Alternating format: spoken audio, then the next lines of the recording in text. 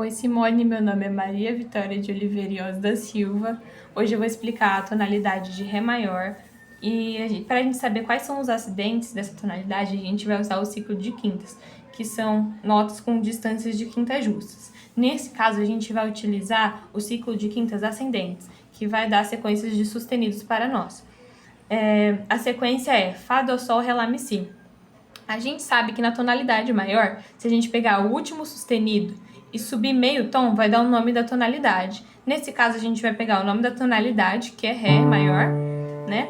E vai descer meio tom, que é Dó sustenido. Então, a gente sabe que o Dó sustenido é o último sustenido dessa tonalidade. Aí a gente vai usar o ciclo de quintas, que vai ser Fá, Dó, que são os únicos acidentes dessa tonalidade.